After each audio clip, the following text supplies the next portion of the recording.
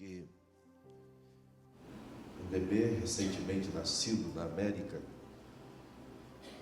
o nome dele é Utah, e o líder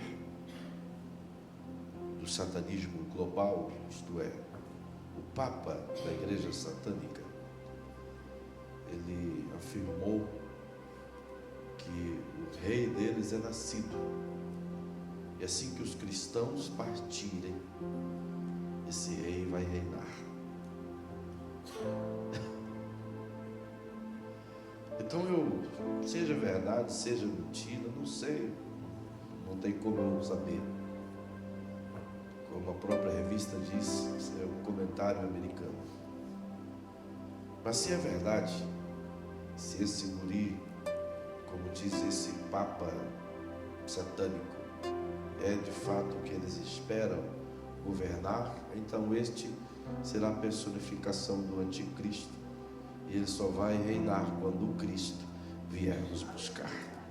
Amém? Que seja, eu estou orando para que isso aconteça. Esse mundo está cada vez pior, cada vez mais difícil de viver, e o melhor mesmo é estar com Jesus, né? Amém. Abre comigo a tua Bíblia rapidinho, no livro do Apocalipse, capítulo 2. Já partiremos, portanto, ao capítulo 2. Iremos ler um trecho da igreja, da carta em direção da igreja de Éfeso.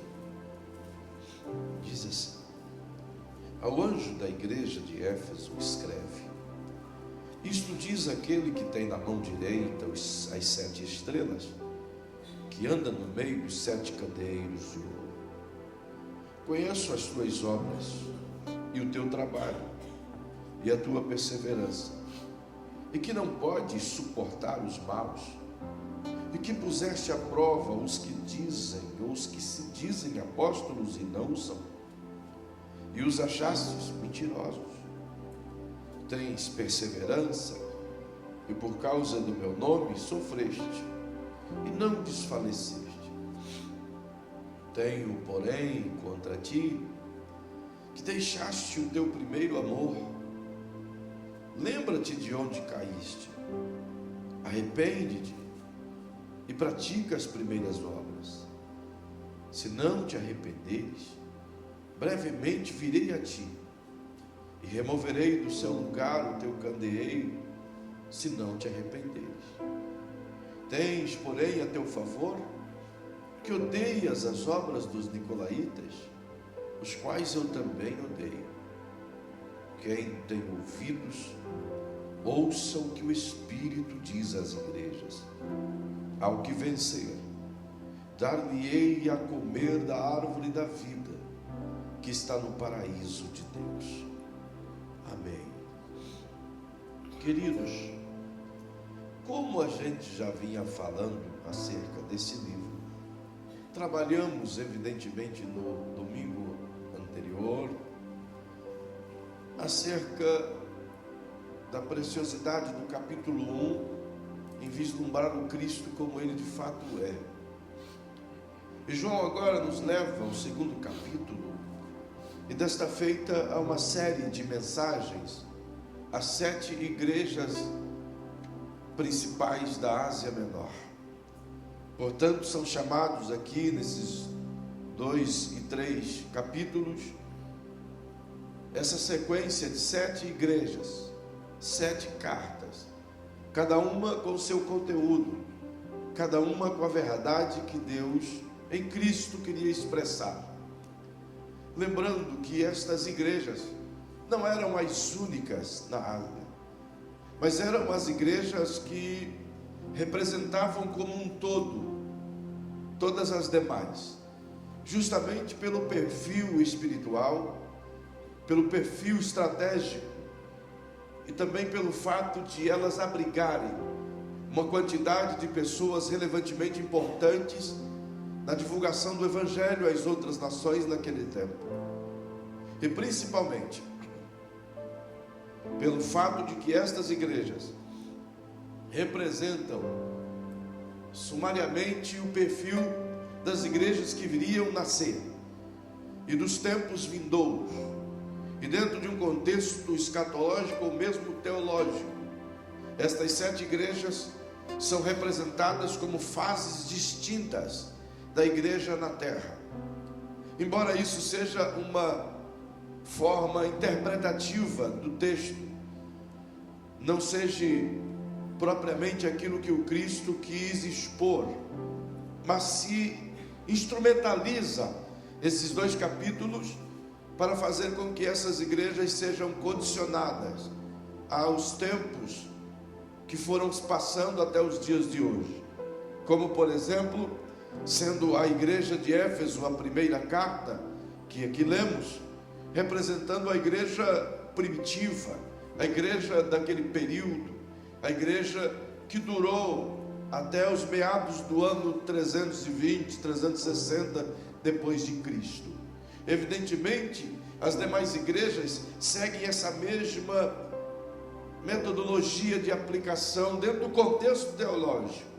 Repito, embora não seja esse o alvo de Jesus, mas se interpreta nesse contexto, até por conta de que, historicamente falando, a igreja passou por fases e está passando que se assemelha às situações escritas aqui. A segunda carta, a igreja de Esmirna, refere-se a um período onde a igreja começou a perder o seu contexto espiritual, e ela passou a se difundir como Estado, se tornando, portanto, uma igreja do Império Romano. Logo, ela está enquadrada nesse período dos 3 ou 4 séculos seguintes. Você vê a igreja de Pérgamo, que segue a mesma metodologia, porém, seguindo 300 anos depois, e assim por diante. Quando você encontra esse perfil de igrejas, você vai chegar, evidentemente, até a igreja de Sardes, que é a que alcança o maior número de séculos, cerca de 6 séculos. É o que alguém chama de igreja da reforma, tempo da reforma. E sobra Laodiceia e Filadélfia para os tempos finais. Como isso é apenas teológico, você pode estudar em vários outros livros, em vários outros lugares, e você vai ver essa escala de colocação histórica de cada uma dessas igrejas, não dizendo que elas significam isso, porque se assim trabalharmos, essas 2 últimas igrejas representam um cenário nada agradável. Se não, perceba, a igreja, por exemplo, de Laodiceia e a igreja de Filadélfia, que por sinal é a penúltima, elas estão, portanto, dentro de uma escala diferente. Se você observar a 6ª igreja, a sexta carta, sendo a igreja de Filadélfia, é uma igreja que não tem defeito, é uma igreja que não tem contrapartida de Deus, é uma igreja que está avançando sempre, está crescendo sempre, e está debaixo do temor do Senhor, está avançando na evangelização e vivendo a vontade de Deus. Não há repreensão para ela. É a igreja que pode ser chamada igreja do arrebatamento, Filadélfia. Mas a última igreja apresentada, de acordo com as 7, é Laodiceia. Laodiceia é uma igreja triste, lamuriosa, até porque ela pensa que é rica, mas é pobre. Ela pensa que vê, mas é cega. É uma igreja cheia de defeitos, cheia de falhas. É uma igreja morta, não é uma igreja espiritual. Isso tudo a gente vai estudar lá na frente. Porém, essa não é a igreja do arrebatamento. Desculpem, não posso frustrá-los, mas essa aqui não, senhores. A igreja do arrebatamento é Filadélfia, sem defeito, perfeita, uma igreja avivada.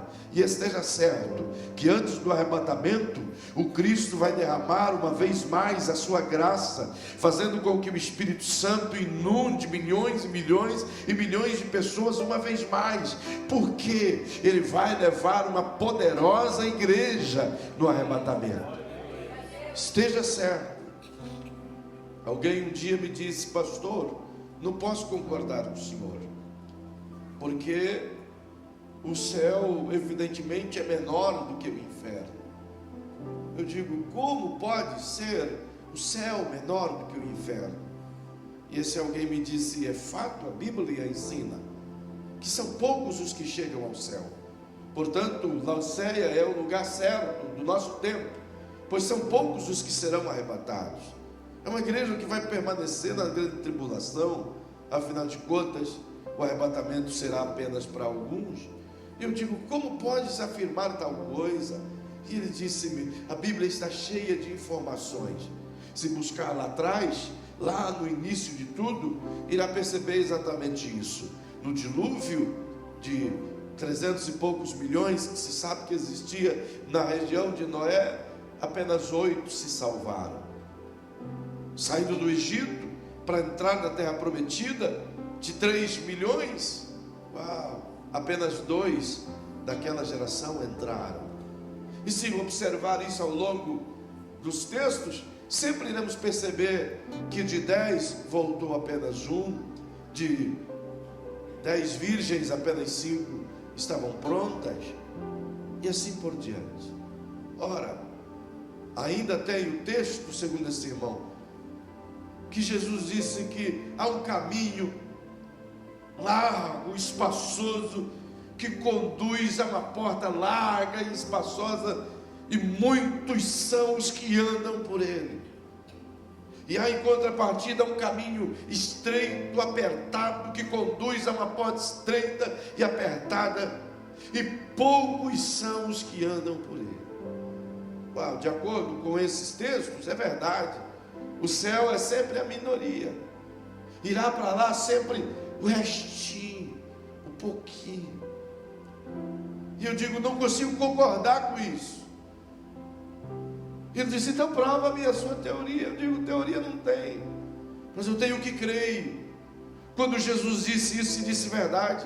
Há um caminho largo, mesmo milhares, bilhões são os que andam por ele. O estreito é pouquíssimos. Quando ele disse isso, ele estava pregando, estava vivo, estava anunciando o seu evangelho. E eu disse, mas quando ele morreu, a cruz em que ele foi pregado não foi fincada na porta do caminho estreito, nem no meio do caminho estreito. Ela foi fincada exatamente no meio do caminho largo, para que todos aqueles que andam no caminho largo olhem para a cruz, e a cruz diz, muda de direção. A cruz indica o caminho certo. Então esteja certo, irmão, que um dia, ao chegarmos lá no céu, você vai perceber que evidentemente o céu é infinitamente superior e maior do que o inferno, porque o sacrifício do meu Cristo, do nosso Cristo, não foi em vão. Não foi em vão. Por isso ele vai voltar a buscar uma igreja sadia, avivada, poderosa. O que a gente estuda hoje, nesta manhã, é a carta à igreja de Éfeso. Éfeso era uma importante cidade da região da Ásia Menor. Ela ficava às margens do mar Egeu e possuía a média de 400 mil habitantes. Teve ocasiões em que ela tinha quase 500 mil habitantes, principalmente na época de conquistas. Ela fazia parte de um ciclo de 3 das mais importantes cidades que o império governava, do que era a própria Éfeso, em seguida Roma e Jerusalém. Essas 3 cidades geravam um contexto extraordinário de riqueza para o império romano.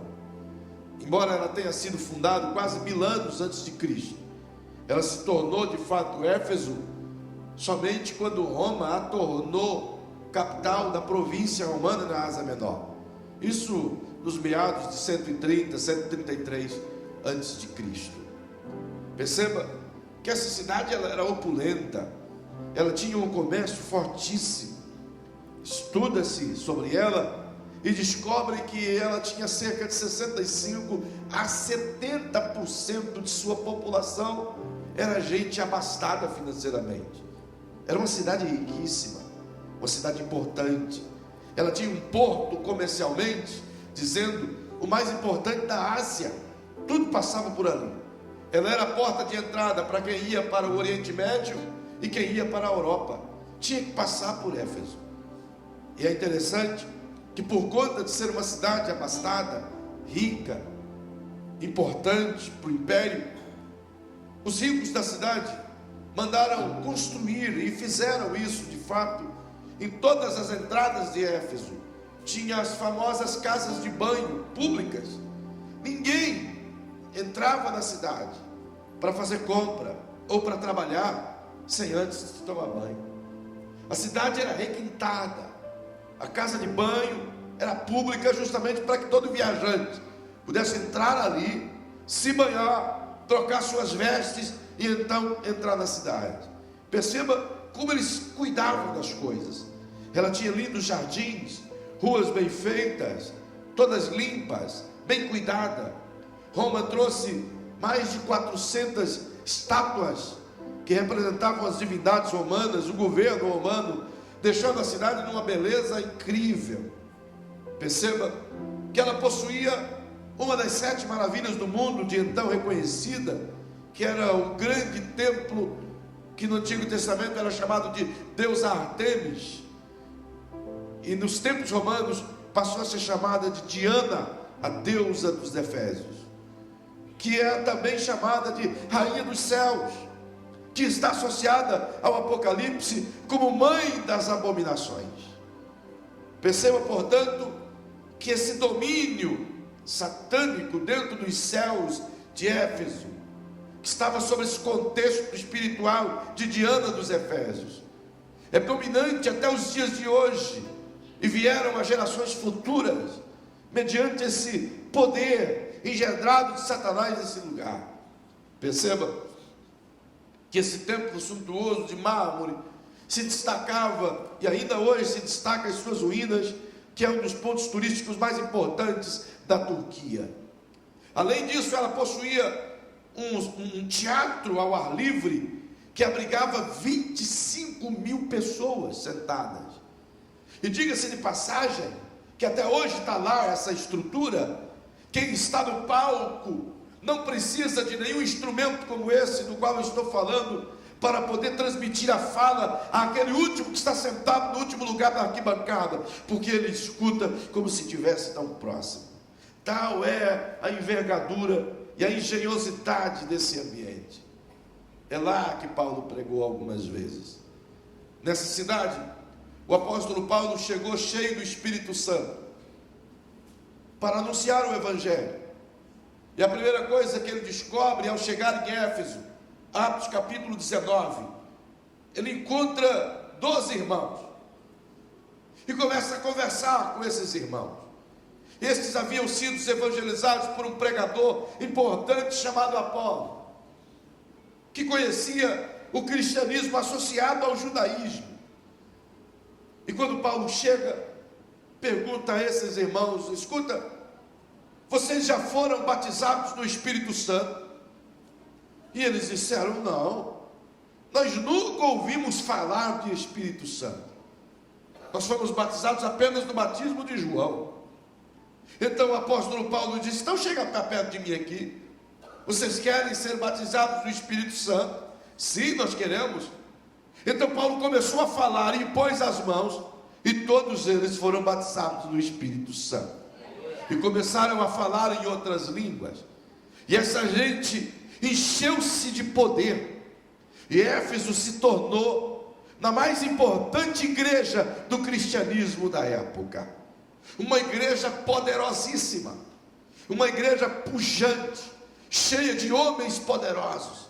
Se tornou tão grande que Eusébio afirma que ela tinha cerca de 80 mil membros. Calcule, uma igreja poderosa desse tempo. Tal era essa igreja, que ela enviava recursos, ofertas missionárias, sustento e socorro para muitas outras igrejas. Mas ela era conhecida muito pela forma amorosa que ela tinha para com a palavra e para com as pessoas. Quem conhecia a igreja de Éfeso a destacava justamente por esses fatores. Era uma igreja de palavra, amava a palavra acima de tudo. Ela não engolia qualquer coisa, não aceitava qualquer doutrina, ela rejeitava qualquer tipo de coisa nesses lances, mas ela também amava praticar a palavra. Era uma igreja amante de boas obras, era uma igreja que demonstrava amor constante em tudo que fazia. Tal é isso que o apóstolo Paulo, escrevendo a esta igreja, na carta aos Efésios, ele disse que essa igreja estava para conhecer a profundidade, a largura, a grandeza do amor de Deus derramado em Cristo Jesus. Perceba que a eles foi dado o privilégio de receber tão grandeza do Espírito Santo, que o apóstolo Paulo escreve também aos Efésios, no capítulo 5, dizendo a eles: olha, não haja entre vós embriaguez com vinho, mas continuem sendo cheios do Espírito Santo. Era uma igreja cheia de fogo, uma igreja cheia de vida, uma igreja cheia de Deus. Era poderosa. Pensa numa igreja boa. Essa igreja teve pastores importantes. Paulo a pastoreou durante algum tempo. Depois, um casal chamado Priscila e Áquila instruiu essa igreja e instruiu Apolo no caminho do Senhor, e ele se tornou pastor lá. Depois, o apóstolo Paulo enviou Timóteo, um jovem pastor, e ele assumiu essa igreja no auge de sua força e a pastoreou por longos anos. Depois de Timóteo, perceba que essa igreja foi pastoreada por Tíquico, e talvez seja esse que estava pastoreando quando essa carta foi escrita. Mas um dos pastores que deixou alicerces basilares nessa igreja e que fez com que ela se tornasse uma igreja amorosa, e agora uma vez mais escreve a esta igreja, foi um homem extremamente amoroso, conhecido na Bíblia como o apóstolo do amor, chamado João. João foi o primeiro pastor dessa igreja, e o homem que a catequizou, o homem que a ensinou a amar, o homem que plantou nela todo esse contexto de uma vida amorosa com o Deus do amor. E agora ele escreve, seguindo a ordem de Deus, a essa igreja uma última vez. Perceba que a partir dos ensinos de amor de João e dos ensinos pentecostais e doutrinários de Paulo, nada segurou essa igreja. Ela de fato tem inúmeras coisas relevantes que estão associadas a esses líderes. Mas agora, Jesus manda João, que está com quase 100 anos de idade, escrever uma carta à igreja que ele um dia foi pastor. E ele escreve tudo aquilo que o Senhor diz a ele. E o Senhor começa dizendo ao anjo da igreja que está em Éfeso. A palavra anjo aqui se refere literalmente ao que cuida da igreja. Não é um contexto espiritual, ou seja, sobrenatural. Não está relacionado a anjos no sentido literal de o ser, como por exemplo o anjo alado da Igreja Batista Boas Novas. Não tem nada a ver com isso. A palavra anjo aqui é relacionado ao que serve a igreja em Éfeso, ao bispo, ao responsável, ao que está ligado a Deus, representando a igreja de Éfeso. Portanto, ao pastor da igreja de Éfeso. Quando os textos das 7 cartas escrevem diretamente ao anjo da igreja, escreve, é ao pastor da igreja, escreve. Por quê? Não teria sentido nenhum Jesus usar João carnal para escrever uma carta física, para entregar para um anjo espiritual que assiste diante de Deus todos os dias. Não tem lógica, não tem sentido. Portanto, trata-se do pastor da igreja, o anjo da igreja. E perceba que Jesus diz, isto diz aquele que tem na mão direita as 7 estrelas. As estrelas aqui também, o próprio Cristo ensina, se você perceber, no capítulo anterior, no capítulo 1 de Apocalipse, o versículo 20, o próprio Jesus diz quem são as estrelas. As estrelas são os mesmos anjos, são os pastores das igrejas. Então Jesus diz, escreve ao pastor da igreja de Éfeso, e quem manda escrever é aquele que tem esses pastores na mão. Está aqui, é o que tem as estrelas na mão, as 7 estrelas na mão. Na linguagem nossa, ele está dizendo, quem está mandando você escrever, João, é justamente eu, que tenho esses pastores aqui na minha mão, e que também ando no meio dos 7 candeeiros, isto é, ando no meio das 7 igrejas. Trazendo para o nosso contexto, ele quer explicar da seguinte maneira: João, escreve essa carta ao pastor da igreja que está em Éfeso, e é eu que estou mandando você escrever, e eu sou aquele que tenho esse pastor na minha mão, e a igreja que ele cuida, eu estou no meio dela, eu sou o provedor dela, eu sou o cuidador dela, eu sou o que fundou ela, por isso eu estou no meio dela.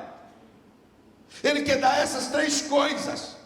Primeiro, que o líder da igreja é ele quem institui, que o líder da igreja é ele quem colocou, que o líder da igreja é ele que estabeleceu. E se ele estabeleceu, a ordem, a direção de comando vem de Deus para o líder. Ele estabelece uma direção, ele estabelece um contexto de ligação e autoridade. Olha na sua Bíblia rapidinho, por favor, como que Deus trata essa questão. Jeremias, capítulo 3, verso 15. Veja aí na sua Bíblia. Você que é um cara rápido, eu creio. Olha o que o texto diz de Jeremias 3,15. Dar-vos-ei pastores segundo o meu coração, os quais vos apacentarão com ciência e inteligência. É ele quem faz isso. É claro que existem casos que pastores colocados pelo homem, mas estes geralmente não dão certo. Mas aqueles cujo Deus coloca, ele não só coloca, como ele diz, está nas minhas mãos, eu que cuido, eu que sustento, eu que amparo, eu que corrijo, eu que chamo atenção, eu que julgo, eu que abato, eu que levanto. Assim como com a igreja, ele está querendo dizer exatamente isso. Olhe bem para quem está ao seu lado e diga: Jesus quer ensinar que o provedor, que o cuidador, que o zelador é ele. Então você é a igreja. Não. Diga melhor. Diga para quem está ao seu lado: você é a igreja. Significa que ele cuida de você, que ele provê o que você precisa. Ele traz essa responsabilidade para si. Perceba que ele diz, além de andar no meio dos 7 candeeiros, trazendo para si essa autoridade, ele expressa o saber dessa igreja. O versículo seguinte mostra que ele está conectado a ela, mostra que ele está com os olhos nela, mostra que ele não desligou por um segundo sequer dessa igreja e de nenhuma outra.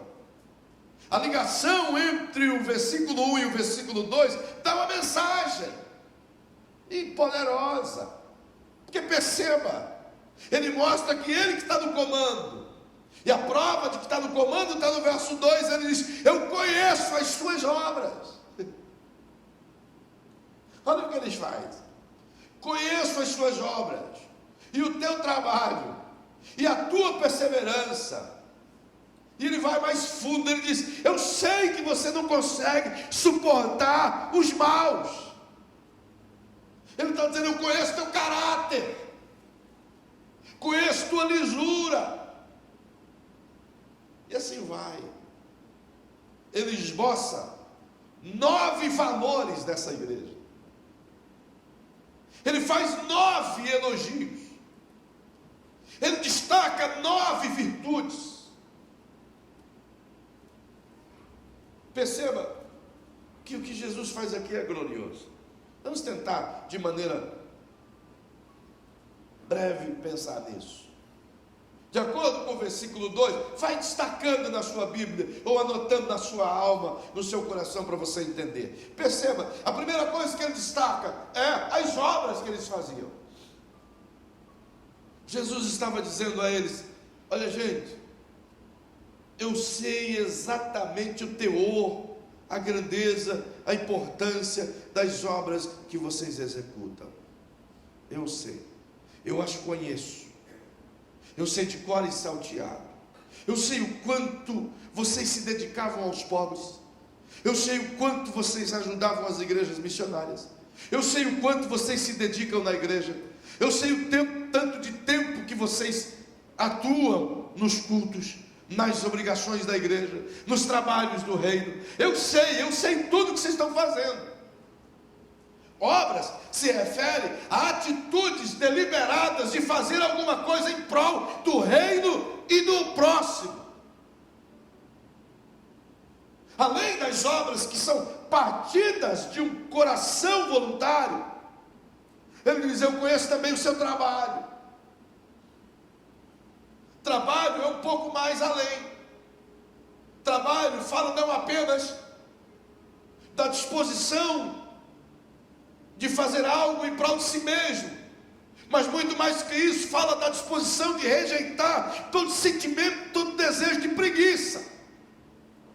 Fala da ausência de fraqueza para trabalhar.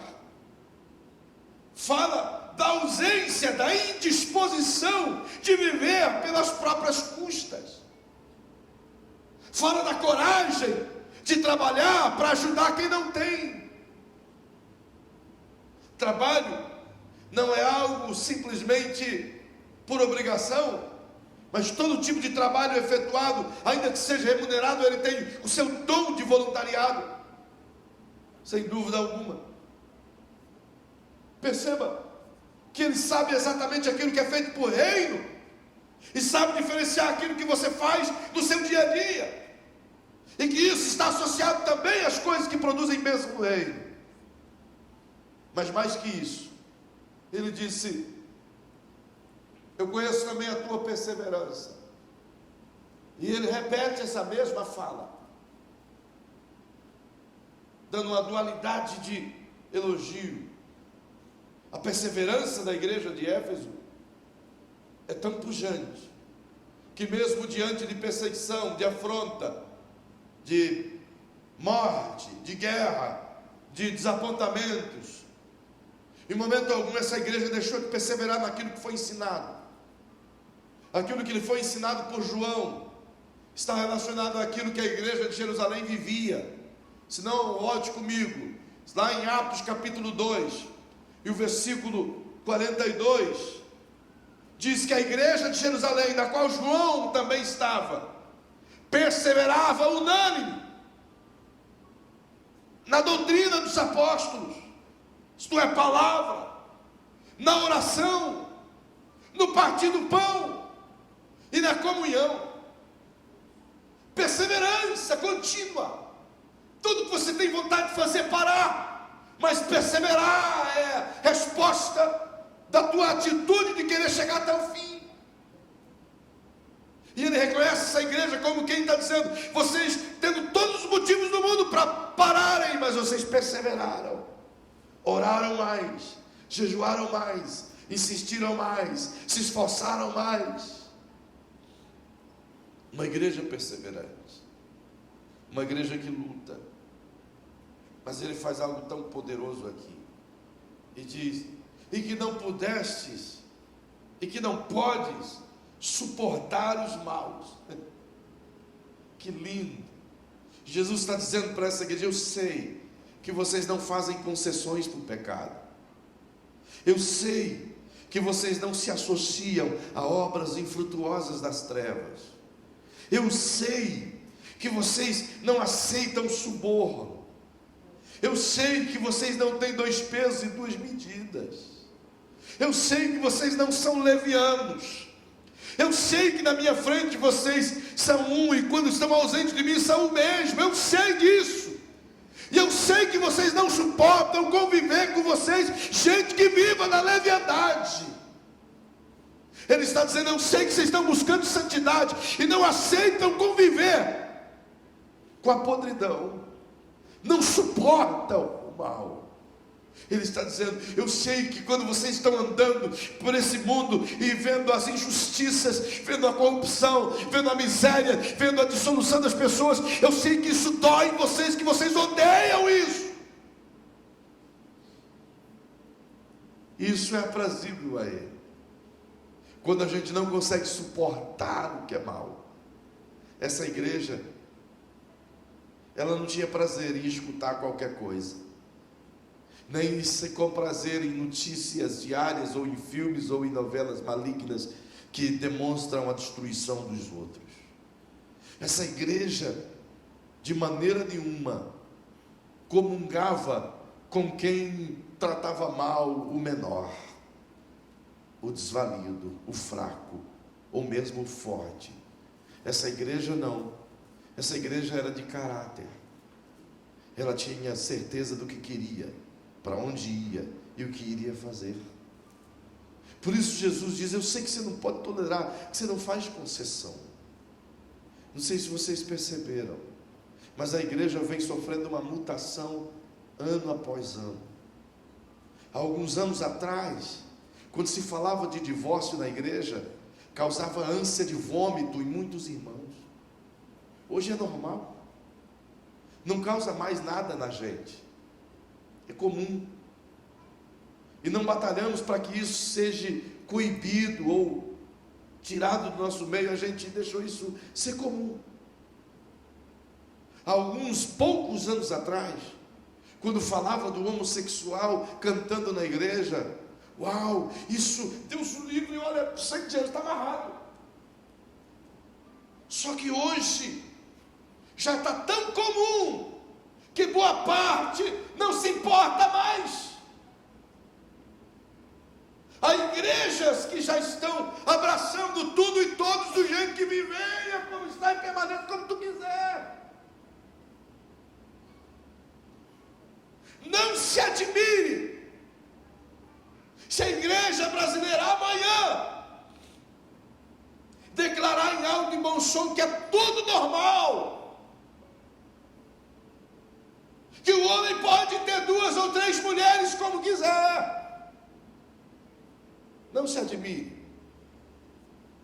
Não se admire se amanhã ou depois a legitimidade de casamento for arrancada de nós. Não se admire se amanhã ou depois o conceito de mudança, de paradoxo familiar, seja perpetuada sobre essa nação, e você vê um novo modelo de família entre pessoas do mesmo sexo entrando aqui dentro e talvez tendo a oportunidade de testemunhar a bênção no tempo da semana. Não se admire, porque a igreja que odiava a morte há 50 anos atrás, hoje acha que tem que ter pena de morte. A igreja que abominava o pecado há alguns anos atrás, hoje já não sente mais. Mas Jesus está dizendo para essa igreja aqui, vocês são diferentes. Passaram 60 anos e vocês continuam iguais. Vocês não estão fazendo concessões. As outras igrejas que estão relacionadas a essas 7 cartas têm problemas tão grandes quanto, e sofreram a corrosão, e cederam o pecado. Mas essa aqui continua rejeitando os maus, rejeitando a doutrina dos nicolaítas, que embora tenha pouca informação, mas que se associa a um marxista, aonde tudo é de todos, e aonde o Cristo não é a figura central do Evangelho. Perceba que o Cristo coloca em destaque aquilo que eles fazem, tirando a capa de falsos apóstolos, falsos pastores. Queridos, eu não vou nem entrar nessa área aqui, queridos. Porque se tem um problema que essa nação vive hoje, é um bando de sanguessuga, miseráveis, travestidos de pastores de ovelhas, sugando o pobre miserável do crente, que tem uma mente incauta e cada vez mais vive no proletariado, dentro de um sentimento escravizante, como que tem que pagar para Deus te dar qualquer mísera bênção. É um poder massivo, dominante, escravizante, pior do que a droga. E o pior é a raça que mais cresce nesse país. É um câncer para essa nação. E aqueles que não engolem essas coisas não podem se olvidar e nem ficar calado. Ao contrário, precisam se levantar e ensinar a verdade. Doa o que doer. Doa o que doer. É o tempo de a gente viver a certeza daquilo que está na palavra de Deus, como essa igreja por um tempo perseverou. Perceba, diz a Bíblia que os achaste mentirosos. Vai chegar um dia, diante do Eterno, em que líderes como esse dirão: Senhor, peraí, é injusto o teu julgamento, porque em teu nome eu expulsei demônios. Uau, expulsar demônio é um espetáculo, irmão. Você foi lá onde? Não é um espetáculo? Expulsar demônio é um espetáculo, todo mundo quer ver. Não é? No teu nome eu operei maravilha. Operar maravilha, irmão, é abrir o mar. É no lugar que não tem um braço, nascer um braço. Operar maravilha é acima de milagre normal. No teu nome, Senhor, eu profetizei. Profecia, então, irmão, libera a profecia para tu ver. Pega essa Kombi, anuncia dizendo: hoje à noite na IBMN, Dourados no quarto plano, a noite da profecia, venha saber o teu amanhã. Chega às 5 horas da tarde, porque não vai ter lugar aqui. Não é verdade?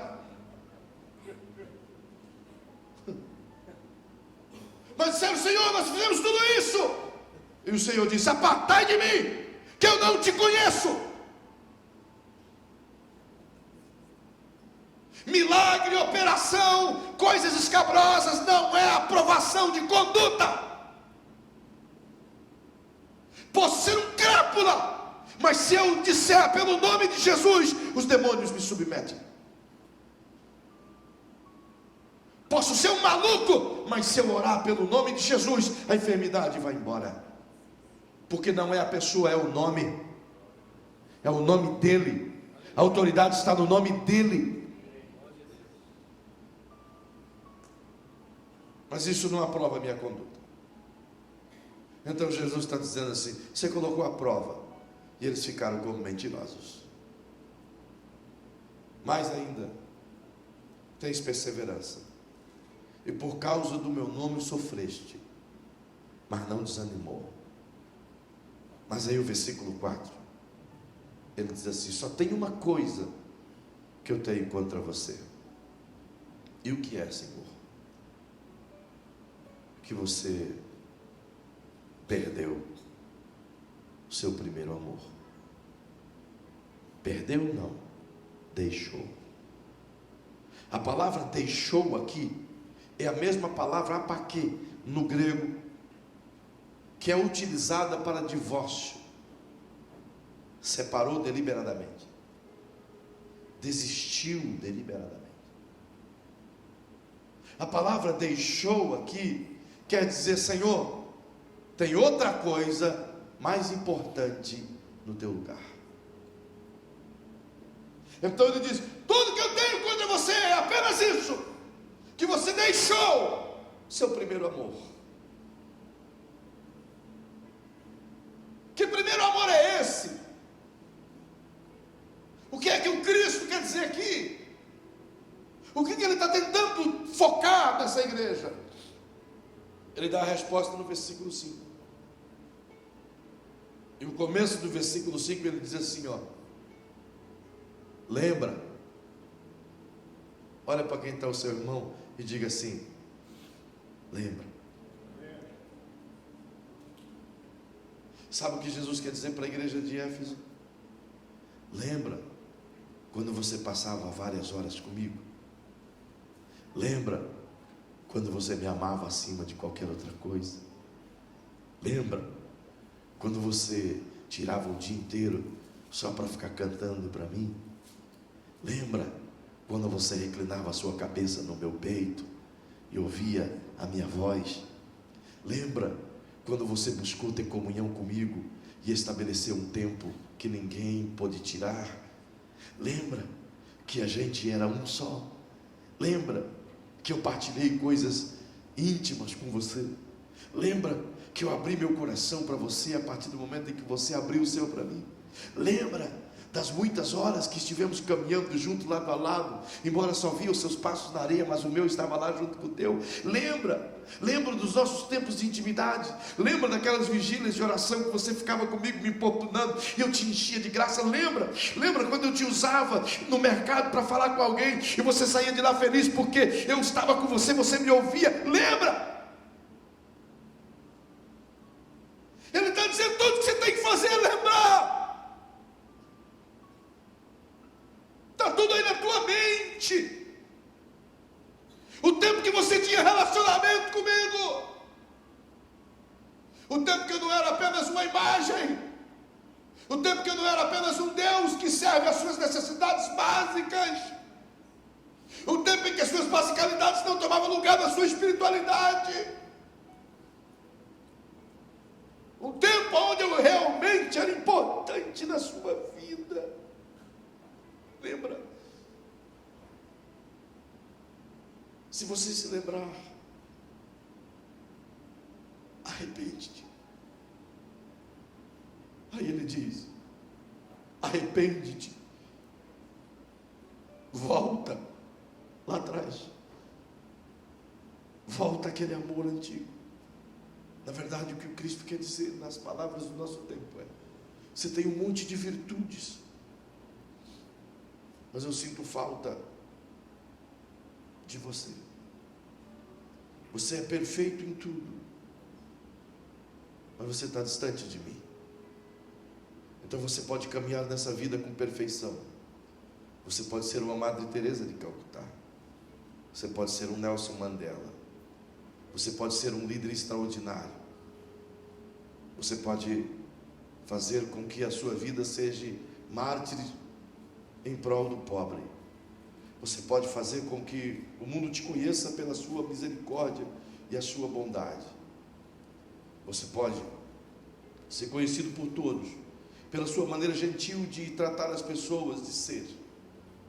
Mas, escuta, ainda que eu falasse a língua dos homens e dos anjos e não tivesse amor, seria como um metal que soa, ou como um sino que tinha.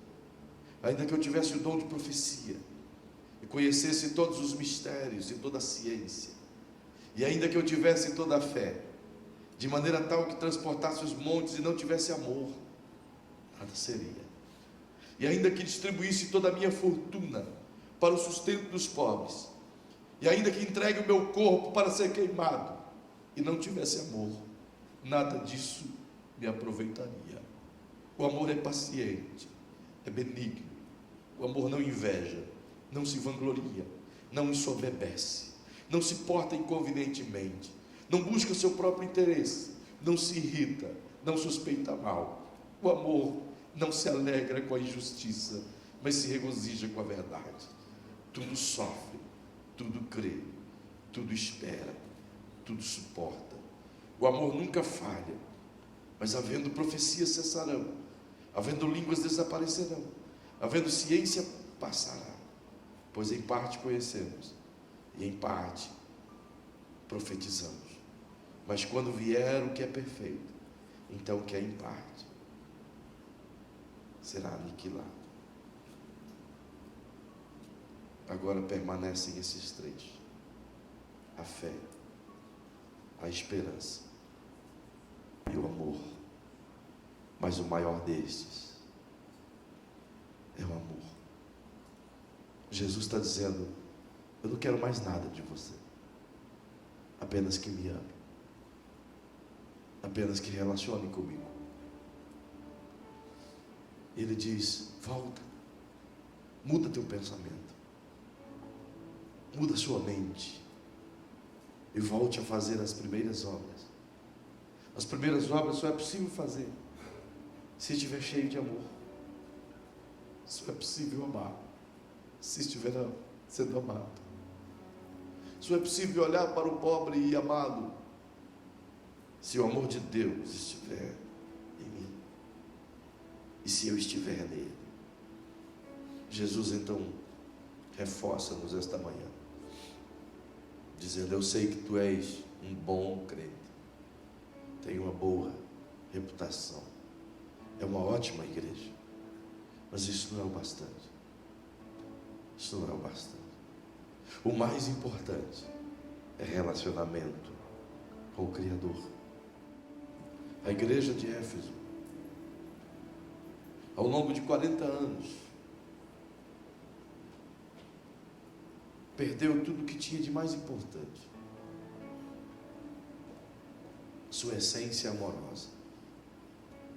Ela deixou de ser aquela igreja que amava acima de todas as coisas, amava o Cristo. E a prova de amar é as obras que a gente faz. Alguém pode dizer: eu amo, mas se não fizer nada por esse alguém, que amor é esse? Não é verdade? Você pode ouvir milhares de vezes as pessoas dizer: eu te amo, mas se não houver nada que prove esse amor, que amor é esse? A atitude de amor é maior do que simplesmente ações involuntárias. Eu quero orar com você esta manhã. O convite do Espírito Santo é esse: volta. Para você voltar, lembra aí do tempo, do bom tempo. Lembra do tempo em que era gostoso estar com Ele. Vem cá, vamos ser sinceros. Responde para você mesmo. Tem alguém aqui esta manhã que sente saudades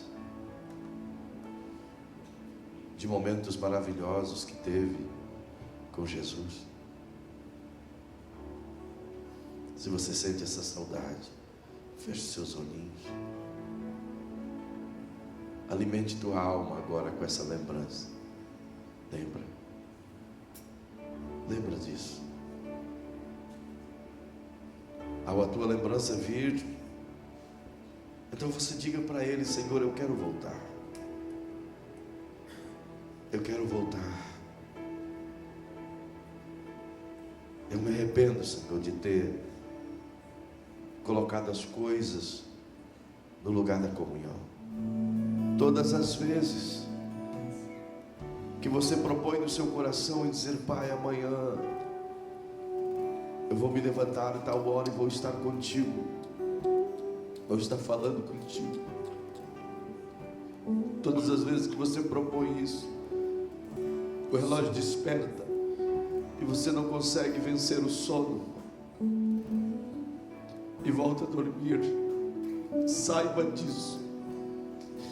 No lugar onde você falou que estaria, Ele fica lá te esperando. Te esperando. Te esperando. Ele me disse isso há alguns dias, como quem dissesse: não prometa mais, não me faça esperar. Ele tem saudades de nós contínuas.